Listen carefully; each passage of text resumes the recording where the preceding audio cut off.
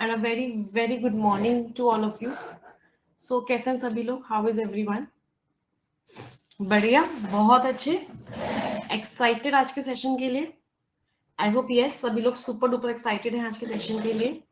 बहुत सारे पैटर्न के क्वेश्चंस करेंगे, बहुत सारी चीजें सीखने वाले हैं हम आज के सेशन में एंड बहुत सारी लर्निंग होने वाली है. सो स्टार्ट करते हैं आज का session. Let's get started. And yes, a very happy Dussehra to all of you. May all your wishes come true. और आज ना मुझे भी आप लोगों से कुछ चाहिए. और क्या चाहिए मुझे ना आप लोगों की बहुत अच्छी अच्छी विशेस चाहिए आज, और बहुत सारी ब्लेसिंग्स भी चाहिए. द रीजन बीइंग कि कल का जो दिन है ना वो हमारे लिए बहुत इम्पोर्टेंट है. कल जिस चीज के लिए हम लड़ रहे हैं इतने दिनों से, मैं, आशीष सर, अंकुश सर, कल उसका रिजल्ट आएगा. तो हाँ, I want your blessings. In fact, I need we want your wishes, we want your blessings. And कल का दिन डिसाइड करेगा कि आगे चीजें कैसे होंगी. यस, हाँ, अगर कल सब अच्छा हुआ तो परसों से आप सभी की क्लासेस बहुत अच्छे से स्टार्ट हो जाएंगी.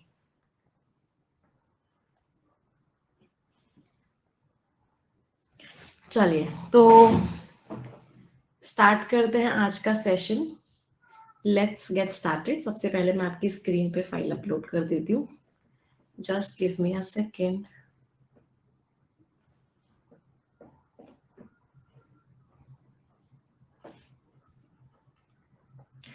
And this is the file on your screen.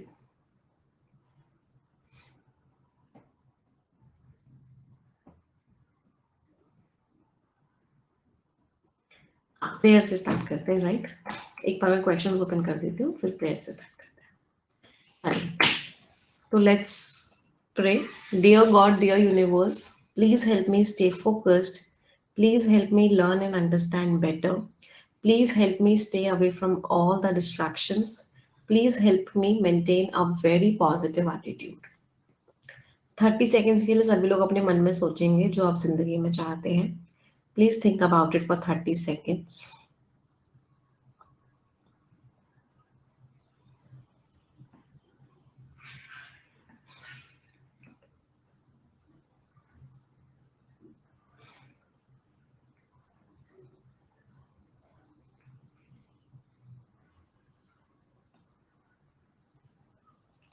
Repeat this line with me. Dear God, dear universe, please help each and every one of us get what we want in life. चलिए start करें. तो let's get started. और सबसे पहले first pattern of questions पे आते हैं. ये वाला हमने कर लिया था, ये भी हमने कर लिया था. Next question. तो बेसिकली इसमें हमको क्या करना है, आपको दो वर्ड्स दिए हुए हैं, सभी को दिख रहे हैं. आपको बताना है कौन से सेंटेंस में कौन सा वर्ड आएगा. चलो, SBI PO का आप लोगों का आ गया डेट. किस किस का कब कब है SBI PO का एग्जाम? 4th का है, 4th नवंबर का है. Very good. 1st नवंबर. अच्छा, 4th नवंबर 1 PM. 1st और 4th का है. चलो बहुत बढ़िया. SBI PO के मॉक टेस्ट करेंगे बैक टू बैक, है ना. खूब सारी प्रैक्टिस करेंगे, बैक टू बैक भर भर के प्रैक्टिस करेंगे. खूब सारे मॉक्स करेंगे. मिनी मॉक्स हम कर ही रहे हैं, फिर पूरे पूरे कंप्लीट लेंथ मॉक्स भी करेंगे. और इस बार निकालेंगे SBI PO सभी लोग, है ना. चलो आ जाते हैं यहाँ पे फर्स्ट क्वेश्चन. सबसे पहले कोर्स और कोर्स दोनों वर्ड्स का डिफरेंस पता है? कोर्स क्या होता है? कोई चीज जो बड़ी रफ सी होती है उसको क्या बोलते हैं? उसको बोलते हैं कोर्स. समथिंग जो रफ सी है. ये वाला कोर्स, पूरा का पूरा सिलेबस क्या है, पूरा का पूरा कोर्स क्या है, तो ये वाला कोर्स वो होता है. चलो ट्राई करो सभी लोग.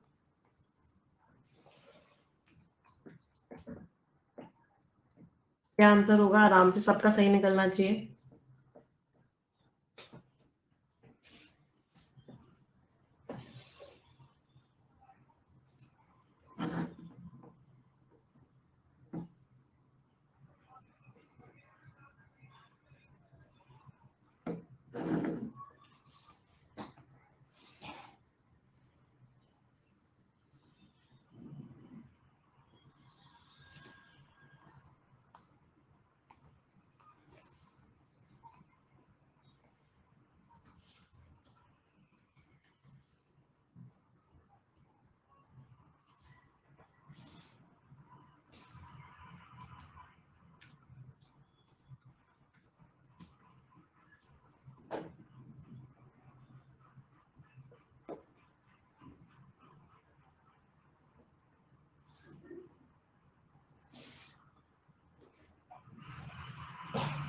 क्यों घोटाला कर दिया भाई?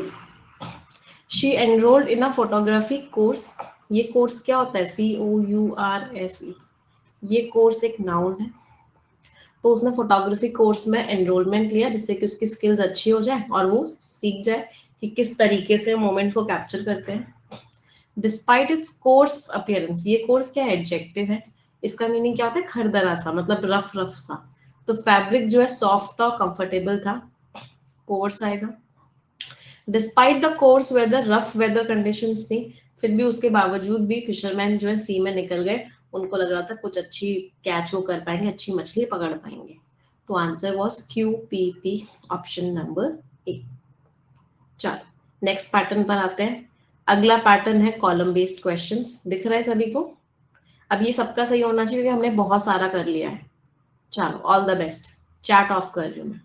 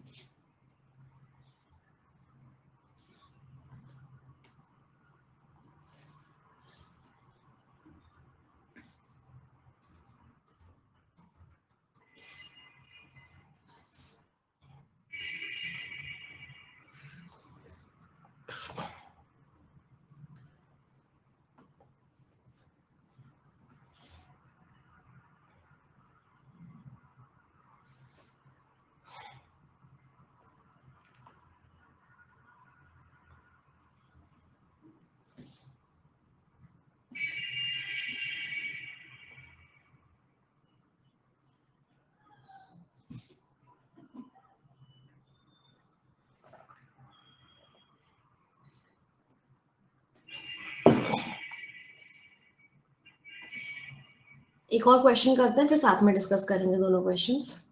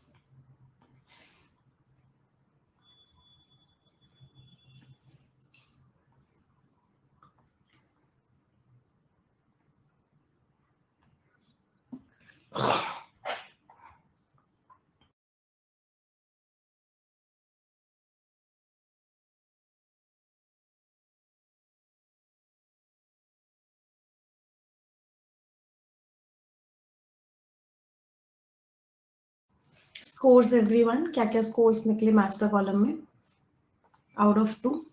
चलो डिस्कस करते हैं। पहले तो ये गलत क्यों हुआ आप लोगों का? देखो मैच द कॉलम ना हमेशा याद रखो ऑप्शंस की हेल्प से करना है। तो सबसे पहले ए और डी को ट्राई किया। ऑस्ट्रेलिया और चाइना ने अपनी बातचीत शुरू करी 3 सालों में। थर्सडे को एक सिग्नल दिया कि थोड़ा बहुत रिश्ते क्या हो गए हैं? रिश्ते अच्छे हो गए। Thaw to relations, thaw to relations का मतलब क्या होता है? रिश्तों में गर्माहट आई है। तो thaw to it also has. चलो अब मैं आपको एक कॉन्सेप्ट समझाती हूँ जो आपको बहुत बार हेल्प करेगा। ग्रामर का कॉन्सेप्ट है ये। कॉन्सेप्ट मैंने आपको शायद पहले भी समझाया है। तो सबसे पहले एक बात ध्यान से देखना। एक सेंटेंस में एक सब्जेक्ट होता है और एक ऑब्जेक्ट होता है। इन दोनों के बीच में आती है वर्ब। ये बात सभी को क्लियर है? She painted it. उसने उसको पेंट किया। तो किसने पेंट किया? वर्ब से पहले जो आता है वो क्या होता है? सब्जेक्ट। वर्ब के बाद जो आता है वो क्या होता है? ऑब्जेक्ट। ऑब्जेक्ट सिर्फ वर्ब के बाद ही नहीं आता है, ऑब्जेक्ट जो है प्रेपोजिशन के बाद भी आ जाता है। For example she talked to Ram, तो ये टू क्या था? प्रेपोजिशन था। तो ऑब्जेक्ट आपके दो शब्दों के बाद आ सकता है, ऑब्जेक्ट आपका वर्ब के बाद भी आ सकता है, और ऑब्जेक्ट आपका प्रेपोजिशन के बाद भी आ सकता है। क्या कॉन्सेप्ट नंबर 1 सभी को क्लियर है? 3 कॉन्सेप्ट्स पढ़ाने हैं मुझे आपको। ये 3 कॉन्सेप्ट्स आपको मैच द कॉलम में सबसे ज्यादा हेल्प करेंगे। चलो, कॉन्सेप्ट नंबर 2 कहता है बेटा कि ये जो एक ही शब्द जो होता है वो कभी भी ऑब्जेक्ट और सब्जेक्ट सेम रोल प्ले नहीं कर सकता। मतलब या तो कोई शब्द सब्जेक्ट होगा या फिर कोई शब्द ऑब्जेक्ट होगा। कोई एक ही वर्ड सब्जेक्ट और ऑब्जेक्ट नहीं हो सकता। तीसरी चीज इसी में एक कॉन्सेप्ट और, कि सब्जेक्ट और ऑब्जेक्ट हमेशा नाउन या प्रोनाउन ही होगा। कोई और पार्ट ऑफ स्पीच कभी भी सब्जेक्ट और ऑब्जेक्ट नहीं हो सकता। तो सब्जेक्ट और ऑब्जेक्ट हमेशा नाउन और प्रोनाउन ही होगा, और वो हमेशा अलग अलग शब्द होंगे, वो कभी भी एक ही शब्द नहीं हो सकता। चलो, तीसरा कॉन्सेप्ट क्या कहता है? तीसरा कॉन्सेप्ट कहता है कि ऑब्जेक्ट के बाद कभी वर्ब नहीं आ सकती। अगर कोई शब्द सब्जेक्ट, कोई वर्ड आपका ऑब्जेक्ट है, तो वर्ब जो है ऑब्जेक्ट से पहले आ सकती है, लेकिन जो वर्ब होती है वो ऑब्जेक्ट के बाद में कभी भी नहीं आ सकती। तो अगर मैं she talked to Ram has a book लिखूं, तो क्या समझ में आ रहा है ये सेंटेंस गलत है? She talked to Ram has a book, ये सेंटेंस गलत है। ये सेंटेंस क्यों गलत है? अगर इसके पीछे की ग्रामर देखें तो क्योंकि राम एक ऑब्जेक्ट था, और ऑब्जेक्ट के बाद कभी भी वर्ब नहीं आ सकती है। Is this thing clear to everyone? तो अगर मैं समराइज करूं तो मैंने आपको 3 कौन कौन से कॉन्सेप्ट्स बोले। अगर मैं समरी बनाऊं ग्रामर की, तो पहला मैंने आपको बोला कि वर्ब से पहले सब्जेक्ट आएगा और वर्ब के बाद में ऑब्जेक्ट आएगा, या फिर प्रेपोजिशन के बाद में ऑब्जेक्ट आएगा। पहला कॉन्सेप्ट ये था। दूसरा कॉन्सेप्ट क्या था? कि एक वर्ड जो है, अ वर्ड दोनों नहीं हो सकता, सब्जेक्ट और ऑब्जेक्ट सेम टाइम पे नहीं हो सकता। अलग अलग शब्द होंगे, अलग सब्जेक्ट होगा, अलग ऑब्जेक्ट होगा, एक ही शब्द नहीं हो सकता। दूसरी बात, सब्जेक्ट और ऑब्जेक्ट हमेशा क्या होंगे? या तो नाउन होंगे या फिर क्या होगा? प्रोनाउन होगा। तीसरा कॉन्सेप्ट क्या था? कि ऑब्जेक्ट के बाद कभी वर्ब नहीं आ सकता। अगर वर्ब को आना होगा तो वो ऑब्जेक्ट के पहले आएगा, या फिर कोई शब्द बीच में लगाना पड़ेगा। तो ये 3 सिंपल से कॉन्सेप्ट्स थे सब्जेक्ट और ऑब्जेक्ट के, जो आपको मैच द कॉलम्स में बहुत ज्यादा हेल्प करते हैं। अब कैसे हेल्प करते हैं, ध्यान से देखो। क्या ये समझ में आ रहा था कि ये जो टू था ये प्रेपोजिशन था? ध्यान से देखना इस कॉन्सेप्ट ने कैसे हेल्प करी। ये टू प्रेपोजिशन था, तो अगर मैं ए और डी को कनेक्ट कर दूं, तो ए और डी के कनेक्ट होने में ग्रामर कैसे गलत हुई? अगर मैंने ए और डी को कनेक्ट किया तो टू के आगे इट आया, ये ऑब्जेक्ट हुआ, और ऑब्जेक्ट के आगे कभी वर्ब नहीं आ सकती। तो इसका मतलब क्या है? ए और डी का कॉम्बिनेशन कभी नहीं हो सकता। Is this thing clear to everyone?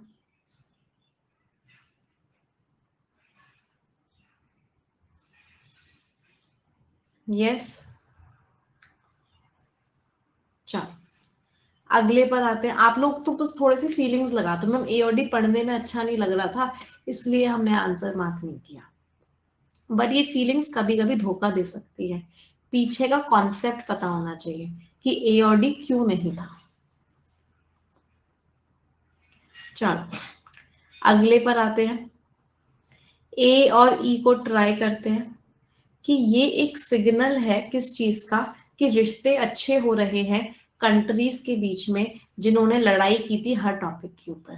तो जिन्होंने लड़ाई की थी हर टॉपिक के ऊपर उनके बीच में रिश्ते अच्छे हो रहे हैं, ये बात क्या है? इस बात का सिग्नल है। चलो, हो सकता है ए और ई। सी और एफ को ट्राई करते हैं।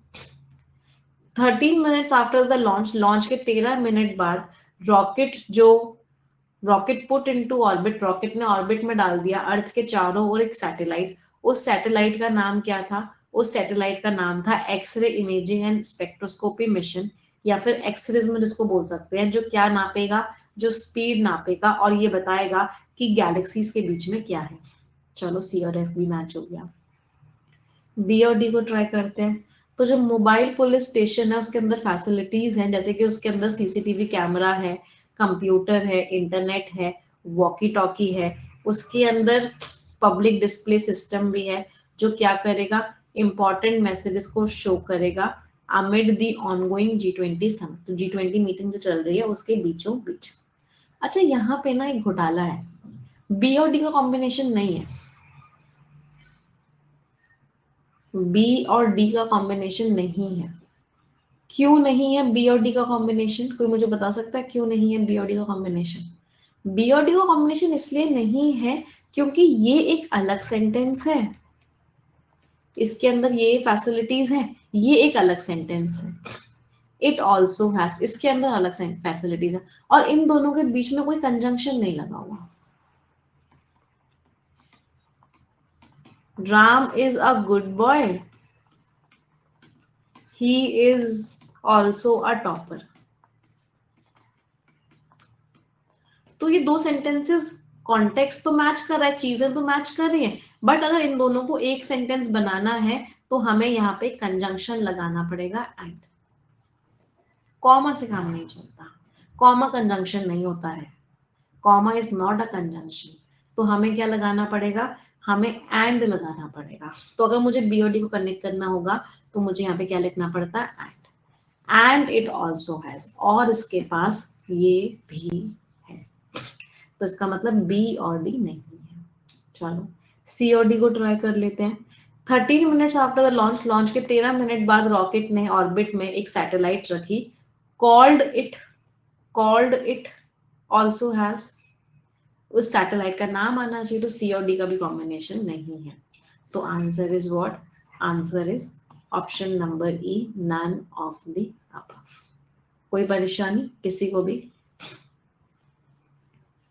चल आगे बढ़ते हैं, अगले पर आते हैं। ए और ई को ट्राई किया सबसे पहले। Foxconn is exploring opportunities, Foxconn जो है अपॉर्चुनिटीज ढूंढ रहा है इलेक्ट्रिक व्हीकल्स को मैन्युफैक्चर करने की। In his latest book, Foxconn तो कंपनी का नाम है, अपॉर्चुनिटीज ढूंढ रहा है इलेक्ट्रिक व्हीकल्स को बनाने की अपनी लेटेस्ट किताब में। दी ऑथर वीव्स, ऑथर जो हिस्टोरिकल रिसर्च को एक साथ लेके आ रहे हैं, कॉन्टेक्स्ट ही मैच नहीं कर रहा। यहाँ पे तो कंपनी एक व्हीकल बना रही है उसकी बात हो रही थी। तो ए और ई तो मैच नहीं किया। बी और एफ को ट्राई करते हैं। सरकार ने बहुत अच्छा खासा बजट दिया है साइंटिफिक रिसर्च इनिशिएटिव्स को सपोर्ट करने के लिए। एम्ड, एम्ड क्या के एट आता है, एम्ड एट डूइंग इट, मकसद ये है। तो aimed challenges post, aimed at something होता। तो बी और एफ भी मैच नहीं किया। बी और ई को ट्राई कर लेते हैं एक बार, क्योंकि ए और एफ तो दोनों में कॉमन है। Aimed in India and Tamil Nadu is one of the states it is considering to set up a plant. तो सरकार ने अच्छा खासा बजट दिया है साइंटिफिक रिसर्च इनिशिएटिव्स को सपोर्ट करने के लिए, जिनका मकसद किसी aimed in India aimed at doing something. तो बी और ई भी मैच नहीं हुआ। ए और एफ को ट्राई कर लेते हैं। फॉक्सकॉन जो है अपॉर्चुनिटीज एक्सप्लोर कर रहा है इलेक्ट्रिकल व्हीकल्स बनाने की, कहां पर? इंडिया में। और तमिलनाडु उन स्टेट्स में से एक स्टेट है जहां पे वो एक प्लांट बनाने वाला है। बिल्कुल मैच हो गया। अच्छा मैम, बी और ई था, aimed in his latest book, तो बी और ई भी मैच नहीं था। तो answer was what? Answer was option number D, only A and F. कोई परेशानी? समझ आया सभी को? चलो आगे बढ़ते हैं। अच्छा बेटा, पिछली क्लास में मिनी मॉक 1 में आप लोगों को याद होगा हमने पीजे प्लस मिक्स्ड क्वेश्चंस किए थे जिसमें आरसी के क्वेश्चंस थे, याद आ रहा है? तो मिनी मॉक 1 में हमने पीजे प्लस आरसी वाले मिक्स्ड क्वेश्चंस किए थे। अब मिनी मॉक 2 में हम क्या करने वाले हैं? मिनी मॉक 2 में हम पीजे प्लस सीटी करने वाले हैं। तैयार सभी लोग? तो क्लोज टेस्ट प्लस पैराजम्बल, और सीटी भी कौन सा वाला है, क्लोज टेस्ट भी आपका फ्रेजल, वर्ब और ईडियम बेस्ड है। दिख रहा है सभी को? चलो, तो जब भी आपके पास पैराजम्बल प्लस क्लोज टेस्ट आता है तो सबसे पहले हम कौन सा वाला पार्ट सॉल्व करते हैं, सबसे पहले हम क्लोज टेस्ट वाला पार्ट सॉल्व करते हैं, उसके बाद हम पैराजम्बल पर आते हैं। तो सबसे पहले क्या करेंगे, स्किमिंग करेंगे सभी लोग। क्लोज टेस्ट का फर्स्ट स्टेप क्या होता है, स्किमिंग। ऊपर ऊपर से पढ़ना और समझना किस बारे में बात हो रही है, तो समझिए और बताइए।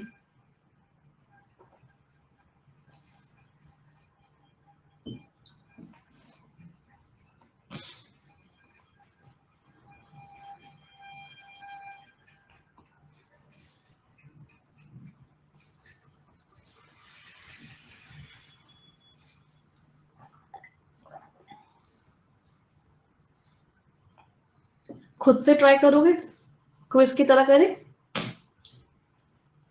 चलो, all the best.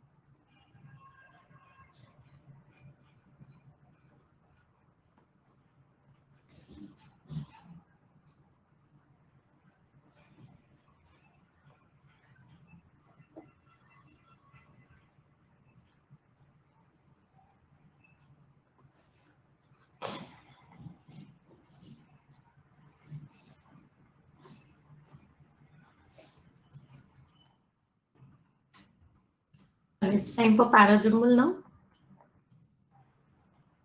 All the best. 3 minutes. You have 3 minutes with you. सभी के पास 3 मिनट का टाइम है.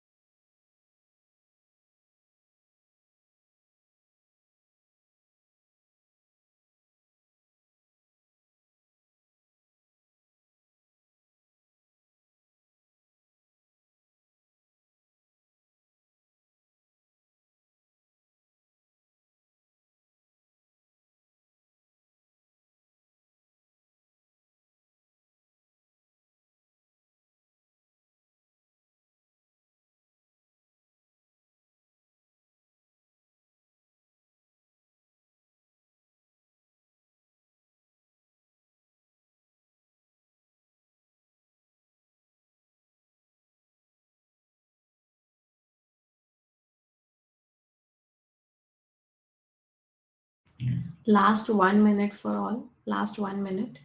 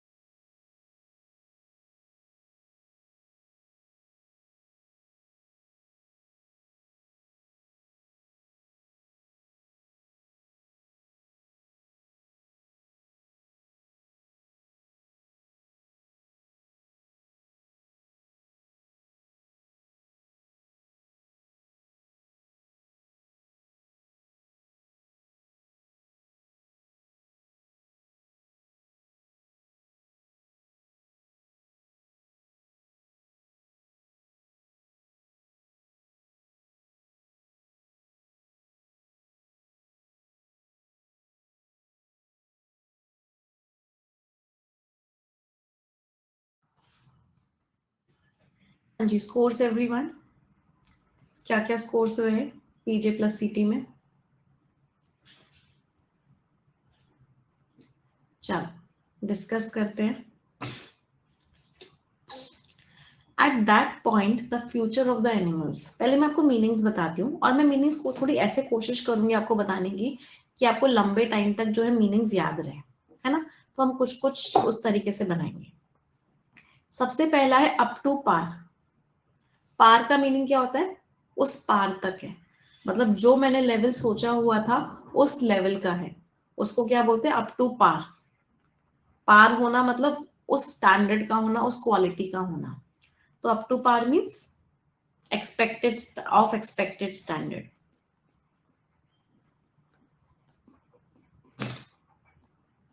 जो क्वालिटी आप एक्सपेक्ट कर रहे हो, जो स्टैंडर्ड आप एक्सपेक्ट कर रहे हो, अप टू पार है। अप इन द एयर, बताओ कोई चीज अगर एयर में है तो वो चीज कैसी है? कोई चीज अगर एयर में है, कभी भी कहीं भी गिर सकती है, कुछ भी हो सकता है, तो कैसी है वो चीज? अनसर्टेन है, पता ही नहीं अगले पल क्या हो जाए, अनस्टेबल है, राइट। अंडर रैप्स, आप किसी चीज को रैप करके छुपा के लेके जा रहे हो। अंडर रैप्स का मीनिंग क्या लग रहा है? किसी चीज को रैप करा हुआ है, दैट मीन्स हिडन है। आंसर बताओ क्या होगा? तो उस समय जो एनिमल्स का फ्यूचर था वो कैसा लग रहा था? अनसर्टेन लग रहा था कि भाई एनिमल्स का फ्यूचर सेफ ही नहीं है। तो answer is what? Only B. कोई परेशानी? चलो अगले पे आते हैं। नो बिडर्स, बिडिंग की गई लेकिन कोई भी बिडर आया ही नहीं सामने। रैम्ड अप का मीनिंग क्या होता है? इसको रैंप बोलते हैं। आपने देखा है जैसे आप कहीं जा रहे हो, एक तो सीढ़ियां होती हैं, पता नहीं कैसी सीढ़ियां बनाई है मैंने, और एक रैंप होता है। रैंप क्या होता है? स्लाइड। हाँ, रैंप वॉक होती है। तो रैंप अप का मीनिंग क्या है? कोई चीज इंक्रीज होना। तो जो बिडर्स है वो बड़े ही नहीं, जितने बिडर्स पहले आ रहे थे उतने ही आ रहे हैं। स्टेप्ड अप, स्टेप्ड अप का भी मीनिंग क्या हो गया? इंक्रीज्ड। अगला एक्टेड अप। एक्टेड अप का मतलब क्या होता है? कि आपने बहुत बुरी तरीके से बिहेव किया, उसको बोलते हैं यू एक्टेड अप। इसका मतलब क्या हो गया? मिसबिहेव्ड। बिडर्स होते हैं जो बोली लगाते हैं, उनको बोलते हैं बिडर्स। बिडिंग होती है, नीलामी होती है, उसमें जो लोग बोली लगाते हैं उनको क्या बोलते हैं? उनको बोलते हैं बिडर्स। तो आंसर क्या हो गया? Both A and B. अगला, जो सदर्न व्हाइट राइनोस थे, जिसको सबसे बड़ी पॉपुलेशन बोला जाता है, वो ऑक्शन पे क्या थे? ऑक्शन पे क्या होते हैं? ग्रैब का मीनिंग होता है पकड़ लो। अप फॉर ग्रैब का मीनिंग क्या हो गया? कोई चीज आपके लिए अवेलेबल है कि आप उसको अपने पास ले लो। तो अप फॉर ग्रैब्स का मतलब क्या समझ में आ रहा है? अवेलेबल है भाई। Something is what, something is available to you, that means it is up for grabs. अगला, अप द एंटे। एंटे क्या होता है? एंटे ना एक तरह की चाल होती है किसी गेम में। तो अगर आप अपने, या फिर एंटे का मीनिंग होता है कॉस्ट। जैसे आपने बोली 100 रुपए लगाए गेम पे, 200 रुपए लगाए, 1000 रुपए लगाए, तो वो जो आप पैसे लगा रहे हो किसी गेम पे, उस पैसों को बोलते हैं एंटे। कि चल 1000 रुपए लगाए मैंने, चल 2000 रुपए लगाए, 5000 रुपए लगाए, जो बेट लगाई, उस बेट को क्या बोलते हैं? एंटे। अब आप उस एंटे को बढ़ा रहे हो। मैं 50,000 रुपए लगाता हूँ, चल मैं 1,00,000 रुपए लगाता हूँ। तो आपने क्या किया? उस एंटे को बढ़ा दिया। इसका मतलब आपने क्या किया? आपने रिस्क बढ़ा दी। तो अप द एंटे का मीनिंग क्या हो गया? Increase the risk. समझ आ रहा है? मैं आपको कोशिश कर रही हूं कि ऐसे ही करवाऊं कि आपको याद रहे। चलो अगले पर आते हैं। Next is up the creek. Creek होती है एक तरह की रिवर को बोलते हैं क्रीक। अगर आप रिवर में हो, फंसे हुए हो, तो इसका मतलब क्या हो गया? आप एक डिफिकल्ट सिचुएशन में हो। तो अप द क्रीक का मीनिंग क्या हो गया? That you are in a difficult situation.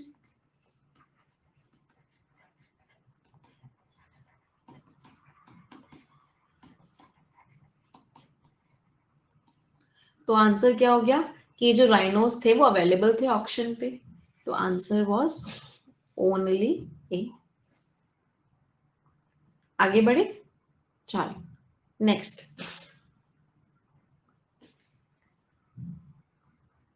Rhinos और जो फार्म है जहां वो रहते हैं, उसको क्या लिया गया है? कंजर्वेशन ग्रुप है। कंजर्वेशन ग्रुप क्या करता है? प्रोटेक्ट करता है। तो कंजर्वेशन ग्रुप के under the wing means under the protection. आप किसी के विंग में हो, मतलब आप उसके प्रोटेक्शन में हो भाई। अंडर द गन, किसी के गन पे, गन पॉइंट पे हो, मतलब वो आपको क्या कर रहा है? वो आपको प्रेशराइज कर रहा है। अंडर प्रेशर हो। अंडर द रडार, इसके ऊपर डबल स्टार मार्क करना है, बहुत बार एग्जाम में आया है। Under the radar. Under the radar का मीनिंग क्या होता है? आप रडार के अंदर हो, मतलब कोई आपको देख ही नहीं पा रहा। आप कैसे हो? आप अननोटिस्ड हो। आप कहीं किसी को विजिबल ही नहीं हो, आप हिडन हो, राइट। तो जो राइनोज है उनको प्रोटेक्शन में ले लिया गया इस ग्रुप के द्वारा। तो आंसर वाज अगेन ओनली ए। कोई परेशानी? समझ आ रहा है सभी को? इडियम्स के मीनिंग याद हो रहे हैं?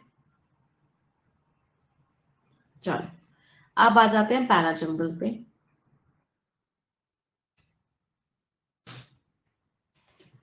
अब हमें क्या करना है? सबसे पहला स्टेप होता है किसी भी पैराजंबल को करने का, दैट इज रीडिंग।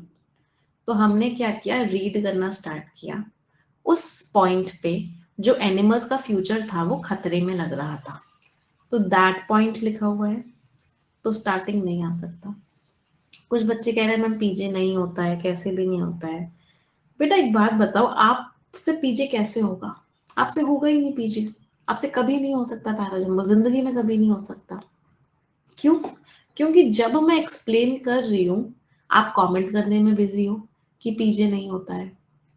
आप सुन नहीं रहे हो कि मैं क्या एक्सप्लेन कर रही हूँ, कैसे कर रहे हैं। आपको तो कमेंट करना है कि नहीं हो रहा है मैम, नहीं होता है। तो क्या कभी आप सीख सकते हो? बताओ मुझे। आप ड्राइविंग करना सीख रहे हो, ड्राइविंग कर, ड्राइवर आपको सिखा रहा है कि ये क्लच होता है, ये गियर होता है, वो सिखा रहा है, आप सुन ही नहीं रहे हो। आप बस ये बोल रहे हो मुझे ड्राइविंग नहीं आती है, मुझे ड्राइविंग नहीं आती है, और इसी रट को लगाए बैठे हो पूरे 1 घंटे। तो क्या कभी आप ड्राइविंग सीख पाओगे जिंदगी में? कभी नहीं सीख पाओगे। तो सबसे पहली चीज तो होती है एक पॉजिटिव माइंडसेट चीजों को लेके। प्रेयर में भी हम यही बोलते हैं कि भगवान हमें शक्ति देना कि हम एक पॉजिटिव माइंडसेट बना पाए। अगर वो माइंडसेट नहीं है ना, तो इंग्लिश तो क्या, क्वांट्स, रीजनिंग, जीए कुछ नहीं सीख पाओगे। तो सबसे पहले पॉजिटिव माइंडसेट बनाओ। चलो, उस समय पे जो एनिमल्स का जो फ्यूचर था वो क्या था? एनिमल्स का फ्यूचर खतरे में था उस समय पे, दैट लिखा हुआ है। इसका मतलब ये तो स्टार्टिंग नहीं हो सकता। चलो, नो बिडर्स, कोई भी बिडर्स नहीं आए। किस चीज के बिडर्स? पहले बताओगे कोई बिडिंग हो रही है, कोई नीलामी लग रही है, तब बताओगे कि उसके बिडर्स नहीं आए, तो ये भी स्टार्टिंग नहीं हो सकता। लेकिन जो कंजर्वेशन ग्रुप था अफ्रीकन पार्क्स, उसने अनाउंस किया कि उसने एक डील कर ली है उस एनिमल के ग्रुप को लेने के लिए, बट लिखा हुआ है, ये भी स्टार्टिंग नहीं हो सकता। A herd of, heard means group, एक ग्रुप था 2000 राइनोसेरसेस का, उनको एक जरूरत थी ओनर की, उसको फाइनली क्या मिला है? एक ओनर मिल गया है। तो अभी हमें ये तो लग रहा है ये स्टार्टिंग हो सकता है। The southern white rhinos, considered the largest single population of their kind, वो largest population है, उनको क्या किया गया? ऑक्शन पे डाला गया अप्रैल में, और स्टार्टिंग प्राइस था $10 मिलियन। अब यहाँ पे लिखा हुआ है, यहाँ पे द लिखा हुआ है उन्हीं राइनोस के साथ, तो ये भी स्टार्टिंग नहीं हो सकता। The rhinos and the farm, और जो फार्म और राइनोज जहाँ पे वो रहते हैं, उनको ले लिया गया है एक कंजर्वेशन ग्रुप के साथ, जो एनिमल्स को रिलीज कर देंगे जंगलों में अगले 10 सालों में। पहले मुझे बताओ, ये कोई डाउट की डी स्टार्टिंग स्टेटमेंट था? किसी को छोटा सा भी डाउट हो तो पूछ लेना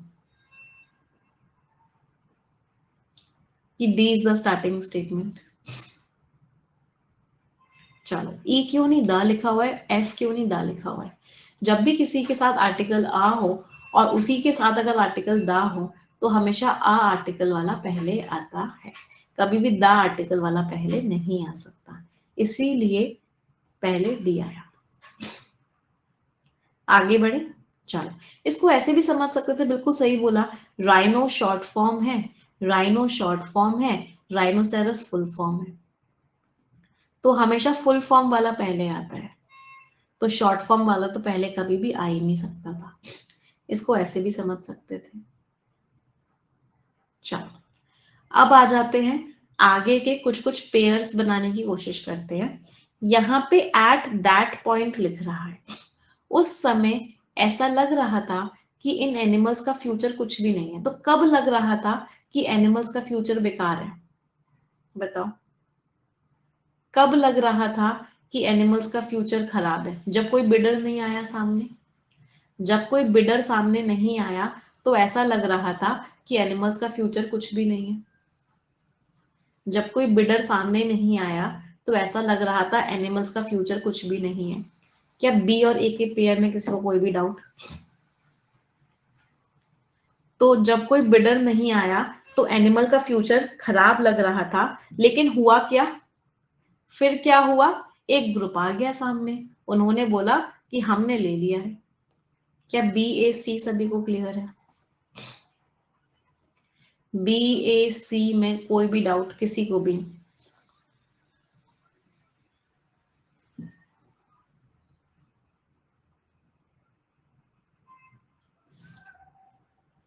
एनिमल, कोई बिडर सामने नहीं आ रहा था, तो एनिमल्स का फ्यूचर लग रहा था अनसर्टेन है, लेकिन फिर एक ग्रुप आया सामने और उसने एनिमल्स को अपने कंजर्वेशन में, अपने प्रोटेक्शन में ले लिया। चलो, यहाँ पे बिडर की बात हो रही है, तो बिडर किस में होगा? बताओ, बी से पहले क्या आएगा? बिडर किस में होगा? बिड किस में लगाई जाएगी? ऑक्शन में लगाई जाएगी। ऑक्शन की बात कहाँ हो रही थी? ई में हो रही थी। क्या ई बी ए सी सभी को क्लियर है? क्या ई बी ए सी सभी को क्लियर है? चलो, बहुत बढ़िया। तो एक सीक्वेंस हमारा क्या बना? ई बी ए एंड सी। अब बस मुझे एफ को आइडेंटिफाई करना है कि एफ कहाँ आएगा। एफ के पास दो पोजीशन है, या तो एफ यहां आ सकता है या फिर एफ यहां आ सकता है। चलो, एफ को पढ़ते हैं, फिर आइडेंटिफाई करते हैं कि एफ कहाँ आएगा। The rhinos and the farm where they live in South Africa, तो राइनोज जो रहते हैं और जो उनका फार्म है जहां वो रहते हैं साउथ अफ्रीका में, उनको ले लिया गया है bye a conservation group. Uh article फिर से मदद कर दी। क्या आ आर्टिकल कभी भी द आर्टिकल के बाद में आ सकता है? क्या अ आर्टिकल कभी भी द आर्टिकल के बाद में आ सकता है? नहीं आ सकता। इसका मतलब एफ यहाँ तो नहीं आ सकता, तो इसका मतलब एफ कहाँ आएगा? यहाँ आएगा। तो फाइनल सीक्वेंस आपका क्या बना? Final sequence is D F E B A and C. जिन लोगों ने एफ और सी किया, मतलब मैं उनको आज क्या बोलूं, मुझे समझ नहीं आ रहा। जिन लोगों ने एफ और सी किया, आज मैं उनको महापापी का अवार्ड देना चाहती हूँ। क्यों? मुझे बस इतनी सी बात बता दो कि एफ और सी को बट से आपने कैसे कनेक्ट किया। ग्रुप ने बोला है कि मैं उनको ले लूंगा, ग्रुप ने बोला है कि मैं उनको ले लूंगा, ये दोनों बट से कैसे कनेक्ट होते हैं? बस मुझे इतनी सी बात बता दो। ये भी पॉजिटिव टोन है, ये भी पॉजिटिव टोन है, पॉजिटिव पॉजिटिव टोन को बट से कैसे कनेक्ट कर सकते हो?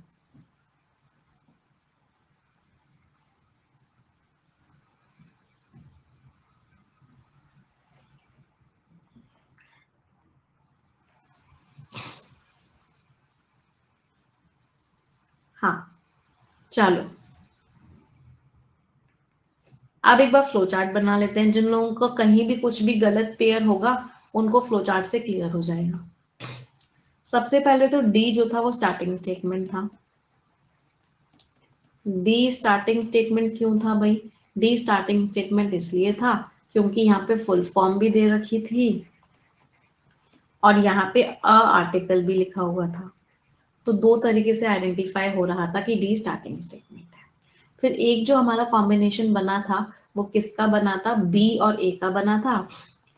बी में लिखा हुआ था कोई बिडर सामने नहीं आया, कोई बिडर सामने नहीं आया। तो उस समय क्या लग रहा था? उस समय लग रहा था सब चीजें खराब होने वाली है, नेगेटिव टोन थी। उस समय लग रहा था एनिमल का फ्यूचर क्या हो गया? एनिमल का फ्यूचर अनसर्टेन है। फिर बट को लिख के हमने पॉजिटिव टोन लगाई। फिर क्या हुआ? वही वाला जो ग्रुप था वो क्या हुआ? सामने आया और उसने कहा मैं इन एनिमल्स की रक्षा करूंगा। द कंजर्वेशन ग्रुप क्या हुआ? सामने आया और उसने क्या बोला कि मैं करूंगा इन एनिमल्स की रक्षा। अब यहाँ पे बिडिंग की बात हो रही थी, तो यहाँ पे ऑक्शन की बात हो रही थी, इसलिए समझ में आया कि ई जो है बी से पहले आएगा। तो ई और बी का पेयर था, बी और ए का पेयर था, ए और सी का पेयर था। तो इसलिए हमारा सीक्वेंस क्या बना? ई बी ए एंड सी। अब एफ के लिए देखना था। एफ के पास दो पोजीशन थी, या तो एफ यहाँ आ सकता था या फिर एफ यहाँ आ सकता था। जब हमने एफ को ध्यान से पढ़ा तो एफ में लिखा हुआ था अ कंजर्वेशन ग्रुप। तो अ आर्टिकल कभी भी द आर्टिकल के बाद में तो नहीं आ सकता। इसका मतलब एफ यहाँ पे नहीं आ सकता था। इसका मतलब एफ के लिए जो पोजीशन थी वो क्या थी? सिर्फ और सिर्फ ये ही थी। तो D F E B A and C. कोई परेशानी? आपको पैराजंबल में जो मैंने आपको कॉन्सेप्ट्स पढ़ाए हैं ना बेटा थ्योरी क्लास में, उन कॉन्सेप्ट्स को बार बार यूज करना पड़ेगा। आप देख रहे हो मैं बार बार कॉन्सेप्ट ही यूज कर रही हूँ और कुछ नहीं कर रही। कहीं मैंने फुल फॉर्म शॉर्ट फॉर्म वाला कॉन्सेप्ट यूज किया, कहीं मैंने अ आर्टिकल द आर्टिकल वाला कॉन्सेप्ट यूज किया, कहीं मैंने दैट वाला कॉन्सेप्ट यूज किया, कहीं मैंने बट वाला पॉजिटिव टोन नेगेटिव टोन वाला कॉन्सेप्ट यूज किया। तो बार बार बस कुछ नहीं हो रहा, यही कॉन्सेप्ट्स बार बार यूज हो रहे हैं। क्लियर सभी को? तो आपके आंसर्स क्या क्या हो गए? तीन कॉन्जिक्यूटिव क्या हो गया? हमारा सीक्वेंस बना था बेटा D F E B A N C. तो D F E B A C that is E B A. Anti penalty met होता है थर्ड लास्ट, पेनल्टी मेट होता है सेकेंड लास्ट। तो बी एंड ए। चलो खत्म। नेक्स्ट पैटर्न पर है। चलो आखिरी पैटर्न आज के सेशन का करते हैं। अब हम क्या करने वाले हैं? एक डिफरेंट पैटर्न का क्लोज टेस्ट करने वाले हैं जो हमने कल भी किया था, आप लोगों को याद होगा। इस तरह का ही किया था। तो बेसिकली करना क्या है, एक पूरा क्लोज टेस्ट दिया हुआ है, आपको 5 फिलर्स दिए हुए हैं, आपको बताना है कौन सा वाला फिलर किस पोजीशन पे आएगा। इसका एक थोड़ा सा डिफरेंट वर्जन किया था बट था कुछ ऐसा ही जो कल हमने किया था, याद है? मेरी कोशिश क्या है कि इन 10 मिनी मॉक्स में मैं आपको सारे पॉसिबल पैटर्न्स करवा दूं, जिससे कि अभी आप एसबीआई पीओ का एग्जाम देने जाओ, आईबीपीएस पीओ का एग्जाम देने जाओ तो आपको कुछ भी नया ना लगे। तो इसीलिए मेक श्योर करना कि एग्जामिनेशन से पहले जो जो मैं पैटर्न आपको करवा रही हूँ आप अच्छे से करके जाओ।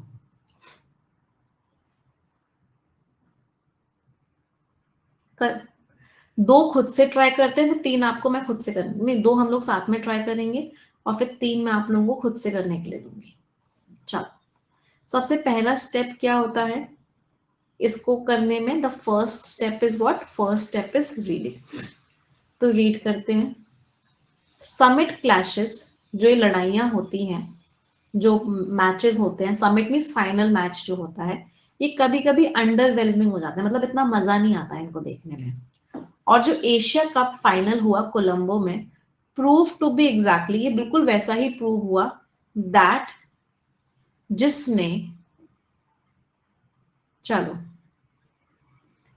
जिसने, समझ में आ रहा है दैट के आगे कोई वर्ब आएगी, जिसने कुछ किया होगा,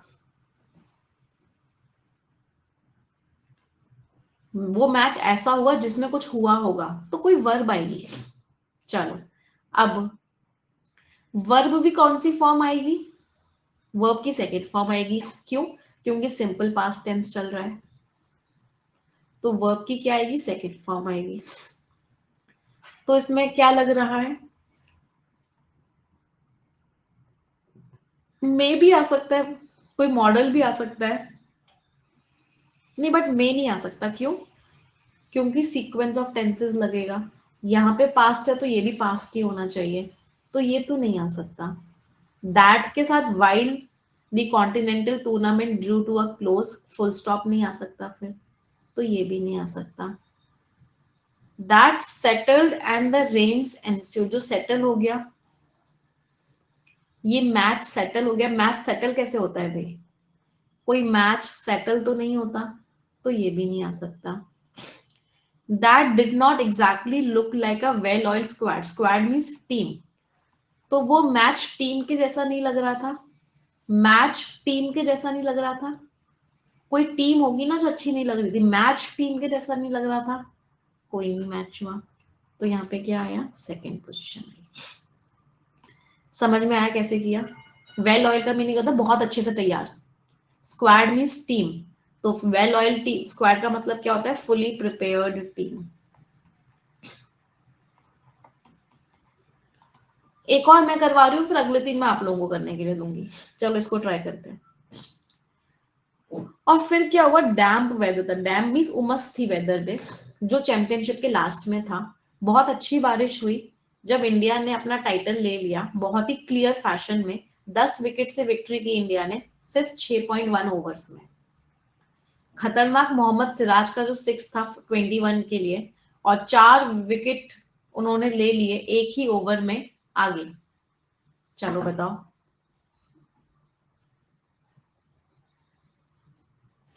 अगले पे क्या लग रहा है? कोशिश करो।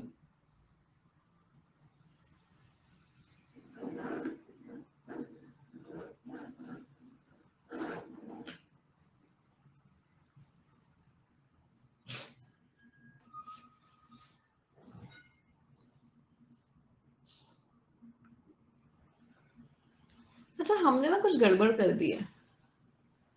हाँ, हमने एक मिस्टेक करी है। क्या मिस्टेक करी है हमने?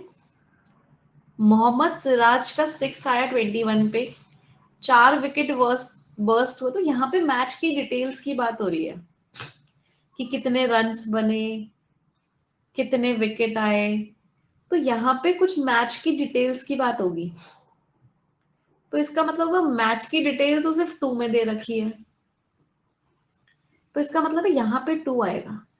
तो मैं आगे बढ़ के समझ में आया कि यहाँ पे 2 आएगा, यहाँ पे 2 नहीं आएगा। क्यों? क्योंकि हमें यहाँ पे डिटेल्स दे रखी है मैच की, कि इन्होंने 6 किया, 4 विकेट ले लिए एक ही ओवर में। इस सब की वजह से क्या हुआ? श्रीलंका पूरी तरीके से आउट हो गया 50 पे। तो यहाँ पे 2 आया, तो यहाँ पे 2 नहीं आया। चलो, इसका मतलब यहाँ पे थोड़ा सा कंफ्यूजन है। आपको जब कंफ्यूजन हो तो आगे बढ़ जाओ, इस तरह के क्वेश्चन में कंफ्यूजन हो तो आगे बढ़ जाओ, अपने आप लास्ट वाला जो बचेगा वो यहाँ पे आ जाएगा। तो इसको ट्राई करते हैं। जो ओडीआई मैच हुआ ऑस्ट्रेलियंस के खिलाफ, जो ओडीआई हुआ ऑस्ट्रेलियंस के खिलाफ, चलो अब पहले मुझे बताओ यहां पे स्टार्ट किससे होगा? ये प्रेपोजिशन है, तो ये तो एडिशनल इंफॉर्मेशन हो गई। ओडीआई सब्जेक्ट है, सब्जेक्ट के आगे उसकी क्या आएगी? सब्जेक्ट के आगे क्या आएगी? वर्ब आएगी। चलो अब वो वर्ब भी कौन से टेंस में आएगी? वो जो वर्ब है वो भी कौन से टेंस में आएगी? आगे अगर आप देखोगे तो वर्ल्ड कप है, तो अभी हम प्रेजेंट टेंस की बात कर रहे हैं, तो ये जो आएगी ये प्रेजेंट टेंस में आएगी। जो लोड स्टार है, मतलब जो मेन इवेंट है वो तो वर्ल्ड कप है, तो इसका मतलब ओडीआई क्या है? मेन इवेंट अगर वर्ल्ड कप है तो ओडीआई क्या है? सिर्फ तैयारी करवाने वाला मैच है, तो इसमें क्या आया? 1 आया। चलो तो 2 हमने कर लिए, सेकेंड और 1, इन दोनों को कर लोगे तो ये वाले का आंसर अपने आप मिल जाएगा। अब ये दोनों आपको करने हैं, चलो ट्राई करो। 30 सेकेंड है सभी के पास।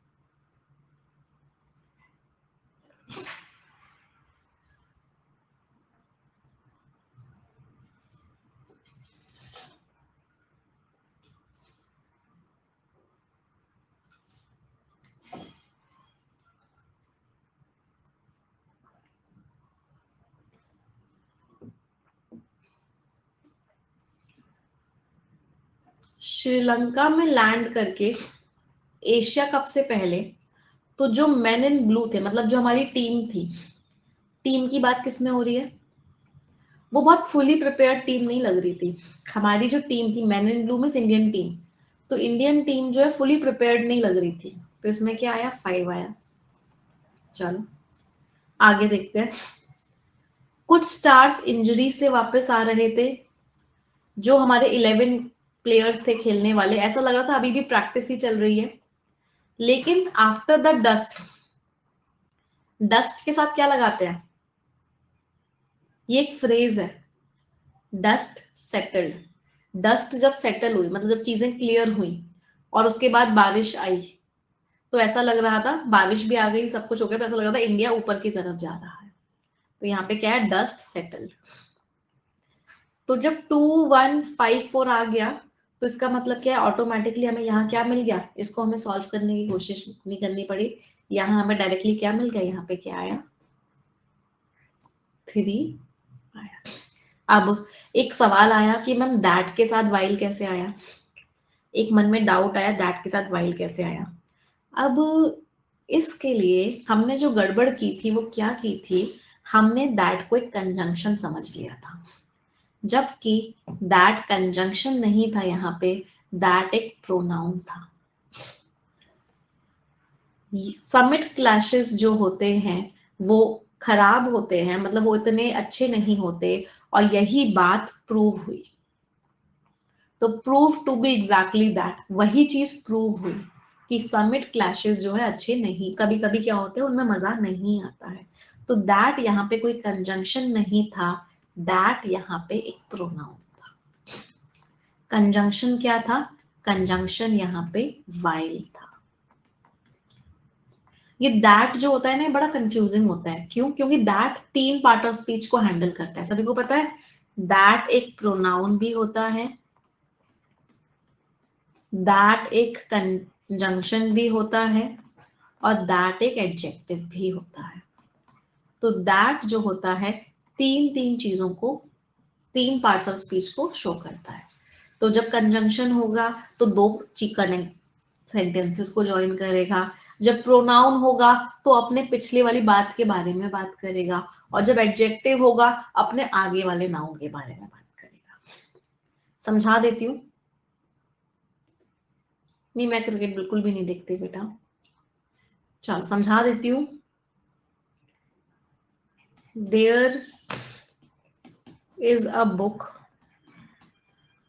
that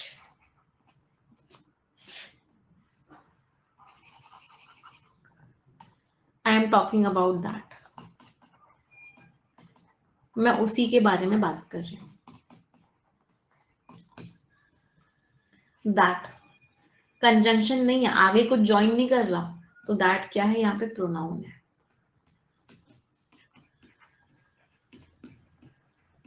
that book is great, वो जो बुक है वो ग्रेट है। आगे वाले नाउन के बारे में बात कर रहा है, दैट यहाँ पे एडजेक्टिव है। I want to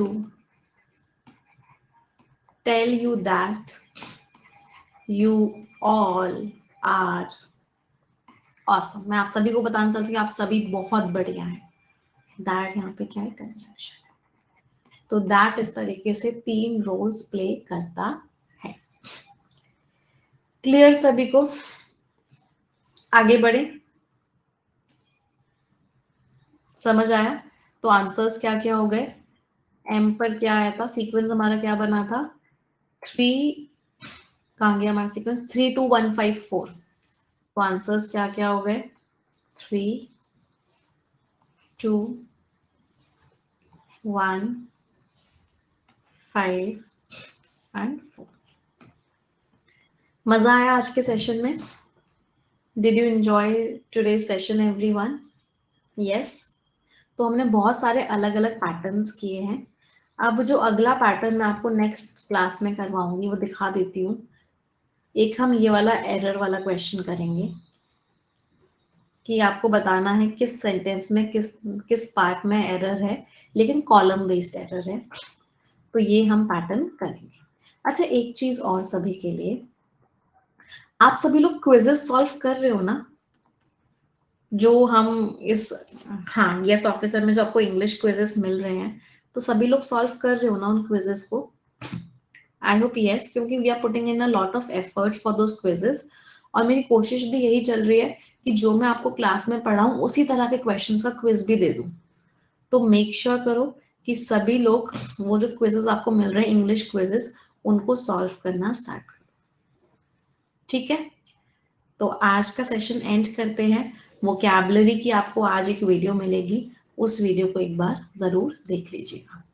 तो वोकैबुलरी जहाँ पे मैं पढ़ाने वाली हूँ, तो you'll get a video most probably रात 9 बजे तक आपको ये अपलोड हो जाएगी। मैं आपको टेलीग्राम चैनल पे इन्फॉर्म भी कर दूंगी।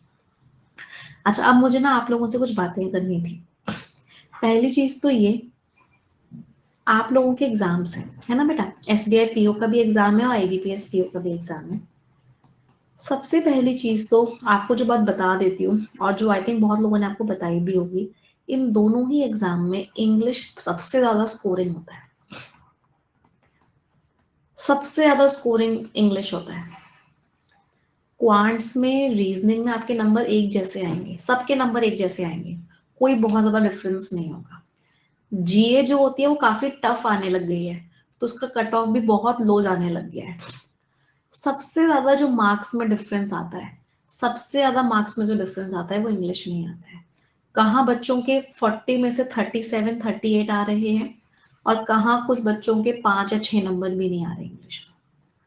तो इतना ज्यादा डिफरेंस आता है मार्क्स में सिर्फ और सिर्फ इंग्लिश में। तो इसीलिए मेक श्योर और इंग्लिश की कट ऑफ भी सबसे ज्यादा हाई जा रही है। अगर आप पिछले साल की कट ऑफ देखोगे इन दोनों एग्जाम्स की, तो सबसे ज्यादा कट ऑफ जो हाई जा रही है वो इंग्लिश की जा रही है। मुझे एग्जैक्टली तो भी याद नहीं है। जीए की 2 या 3 जा रही है, रीजनिंग की आई थिंक 7 या 8 या 9 या 10 के अराउंड जा रही है, रीजनिंग क्वांट्स की भी 7 या 8 के अराउंड जा रही है, मतलब कम ही जा रही है तीनों की। इंग्लिश की सबसे ज्यादा कट ऑफ जा रही है। तो और ऊपर से डिस्क्रिप्टिव राइटिंग भी है। डिस्क्रिप्टिव राइटिंग और एसबीआई पीओ अगर आप लोग टारगेट कर रहे हो, तो डिस्क्रिप्टिव राइटिंग 50 नंबर की है, जो कि बहुत बड़ा नंबर है। और इसमें 50 में से 42 43 लाना बहुत आसान है। मैं एक बार को ऑब्जेक्टिव इंग्लिश में बहुत मेहनत लगती है, लेकिन डिस्क्रिप्टिव इंग्लिश में तो बिल्कुल भी मेहनत, बहुत कम मेहनत लगती है कंपैरिजन में। आपको करना क्या है, आपको बस रोज 10 से 15 मिनट देने हैं। अगर आपको रोज 10 से 15 मिनट आप देते हो, और अगर आप रोज 2 लेटर और 2 ऐसे रीड कर लेते हो, तो डिस्क्रिप्टिव राइटिंग में आपके बहुत अच्छे नंबर बहुत आसानी से आ जाएंगे। बहुत अच्छे नंबर बहुत आसानी से आ जाएंगे। तो अगर आप सोचोगे किसी चीज में आपको 40 to 43 मार्क्स मिल रहे हैं और ओवरऑल कट ऑफ कितना जाता होगा एसबीआई पीओ मेंस का, वैसे तो बहुत वेरी करता है, और अगर एक चीज में आपको इतने नंबर मिल रहे हैं तो आप इमेजिन कर सकते हो आपको कितना बड़ा एक बूस्ट मिलेगा। तो इसीलिए आप लोगों को बोल रही हूं कि इसको इग्नोर मत करना, ये आपको सिलेक्शन को दिलवाने में बहुत ज्यादा मदद करेगा, बहुत ज्यादा हेल्पफुल होगा। यस, तो मिलेंगे अब हम आगे की क्लासेस में, सो विल मीट। दूसरी इंपॉर्टेंट बात, जिन लोगों का अगले साल एग्जाम है वो लोग तो ग्रामर बेसिक से पढ़ेंगे, लेकिन जिन लोगों का इसी साल एग्जाम है, अभी ही एसबीआई पीओ वाला है, अभी ही आईबीपीएस पीओ वाला है, तो बेटा आपके पास इतना टाइम नहीं है कि आप ग्रामर को बेसिक से पढ़ सको। आप लोगों को 120 रूल्स ऑफ ग्रामर देखने हैं और उसके बेसिस पे ही आपको एग्जाम निकालना है, और निकल जाएगा आसानी से, कोई प्रॉब्लम नहीं है। दूसरी इंपॉर्टेंट बात, कुछ बच्चे कह रहे हैं कि मैम 1.5 आवर्स की क्लास ले लो, आप ही को मैं बोलती हूँ मुझे कोई प्रॉब्लम नहीं है देखो 1.5 आवर्स की क्लास लेने में, बट एक चीज मुझे सिंपल सी बताना, आप लोग क्लास का टाइम बढ़ाना चाहते हो या फिर आप चाहते हो कि आप लोगों को एक्स्ट्रा प्रैक्टिस का भी टाइम मिले? बहुत डिस्कशन करने के बाद आशीष सर के साथ भी, अंकुश सर के साथ भी डिस्कशन हम लोगों ने किया, तो व्हाट वी आइडेंटिफाइड वाज, हम लोगों ने जो आइडेंटिफाई किया वो क्या चीज थी कि हम लोग आपको क्विजेस ज्यादा से ज्यादा दें, जिससे कि आपको एक्स्ट्रा प्रैक्टिस का भी टाइम मिले। अब आप ही सोचो, अगर आपको इंग्लिश 3 घंटे मिलेगी, 1.5 घंटे आपका परफेक्शन हो गया, आपका 1 पौना 1 घंटे का एडिटोरियल हो गया, उसके बाद आपका एडवर्ड डायरेक्शन का क्लास हो गया आधा पौना घंटे का, फिर आप 3 ही घंटे क्वांट्स पढ़ोगे, 3 ही घंटे रीजनिंग पढ़ोगे, फिर 2 से 3 घंटे जनरल अवेयरनेस पढ़ोगे, तो क्या आप लोगों को प्रैक्टिस का टाइम मिल पाएगा? क्या आप लोगों के पास इतना टाइम बचेगा कि आप चेकलिस्ट को सॉल्व कर लो? क्या आपके पास इतना टाइम मिलेगा बचेगा कि आप क्विज को सॉल्व कर लो? क्या आपके पास इतना टाइम बचेगा कि आप मॉक टेस्ट को कर लो?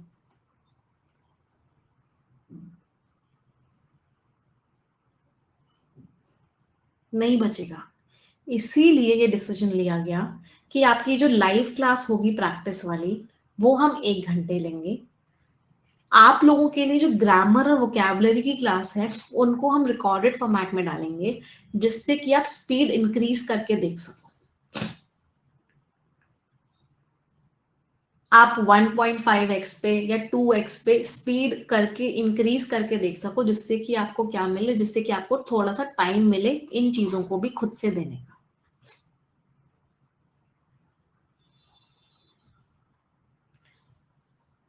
तो मैं आप लोगों को सारी चीजें करवाऊंगी, डोंट वरी एट ऑल। पहले हम परफेक्शन में क्या कर रहे थे, हम 1 घंटे प्रैक्टिस करते थे, 15 मिनट ग्रामर करते थे, 15 मिनट वोकैबुलरी करते थे, तो परफेक्शन की प्रैक्टिस पे कोई इम्पैक्ट नहीं पड़ा है। ये जो 15 मिनट हम ग्रामर और ये जो हम 15 मिनट वोकैबुलरी करते थे, इसी को अब हम आपको रिकॉर्डेड फॉर्मेट में देंगे, जिससे कि आपका जो टाइम है वो बच सके। नहीं, यूट्यूब पे नहीं, यहीं पे मिलेगी वोकैबुलरी वाली क्लास, जो आप लोगों के लिए मैं बनाना स्टार्ट कर रही हूँ, वो यहीं पे मिलेगी बेटा।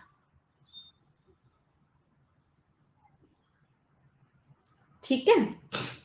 दूसरी चीज, एक और इम्पॉर्टेंट चीज जो हम लोगों ने आइडेंटिफाई की, जिसके लिए मैंने आपको सोचा कि वोकैबुलरी और एरर ग्रामर की क्लास में आपको रिकॉर्डेड दूं, उसका एक रीजन ये भी था कि जब मैं लाइव पढ़ाती हूँ ना, तो टाइम ज्यादा वेस्ट होता है। क्या आप लोगों ने भी ये चीज नोटिस की है?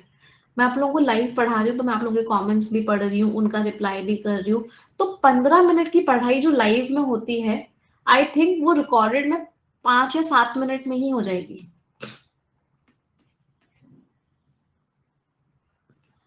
तो और उसको भी अगर आप 2x की स्पीड पे देखोगे, स्पीड इंक्रीज करके देखोगे, तो आप 2 या 3 मिनट में ही कवर कर लोगे, या 4 मिनट में ही कवर कर लोगे।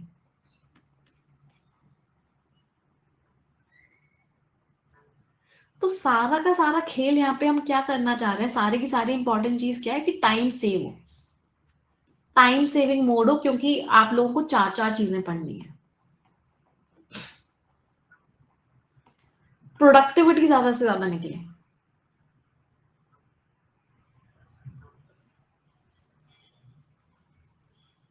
So this is very important. अब बात आ रही है मैम डाउट्स कैसे सॉल्व होंगे। रोज 1 घंटे की लाइव क्लास है,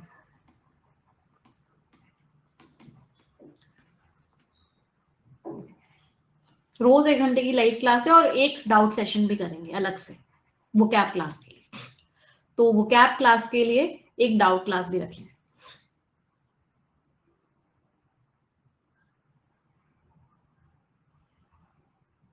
तो इससे आपको और अच्छा लगेगा। लाइव क्लास तो है ही आपकी रोज 1 घंटे की। 9 से 10 का टाइम फिक्स कर लो। 9 to 10 मीन्स परफेक्शन, इसके अलावा कुछ भी नहीं। और इसको 10 ही क्यों करते हैं, इसको 10-15 कर लेते हैं। 15 मिनट रोज डाउट करेंगे। चलो हैप्पी।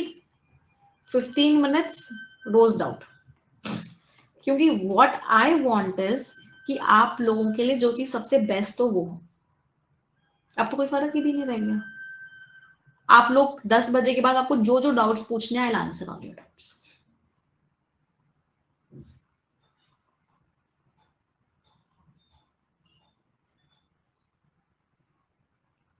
ठीक है। चलो दूसरी चीज, किसी भी तरह की किसी को भी अगर टेक्निकल प्रॉब्लम आ रही है, मैं आपको क्या बोला, 2 से 3 दिन का वेट कर लो। आशीष सर की क्लासेस, अंकुश सर की क्लासेस। एक तो मुझे फिर से एक बार, कल का दिन बहुत इंपॉर्टेंट है हमारे लिए। तो सबसे पहले तो आप सभी लोग प्रे जरूर करना कि कल जो भी रिजल्ट आए बहुत अच्छा हो, चीजें बहुत अच्छी हो, है ना। कल आपको बहुत कुछ क्लैरिटी मिल जाएगी कि आशीष सर और अंकुश सर की क्लासेस कब से स्टार्ट होंगी। So don't worry at all. बस इस समय में ये जो प्रॉब्लम वाला टाइम चल रहा है उसमें बस थोड़ा सा पेशेंस बना के रखो। And I think I was very lucky कि मेरी क्लासेस बीच में नहीं रुकी आप लोगों के गुड विशेस की वजह से। और हाँ कल, हाँ कल भी आप लोगों की बहुत सारी गुड विशेस चाहिए कि मेरी क्लासेस भी ना रुके और आशीष सर और अंकुश सर की क्लासेस भी स्टार्ट हो जाए।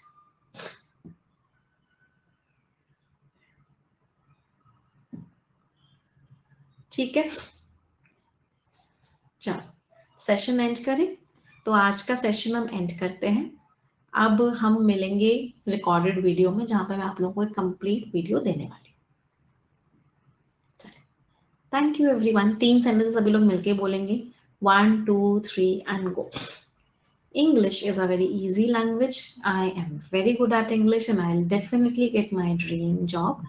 Thank you everyone. Bye bye. Take care. Stay blessed and tata.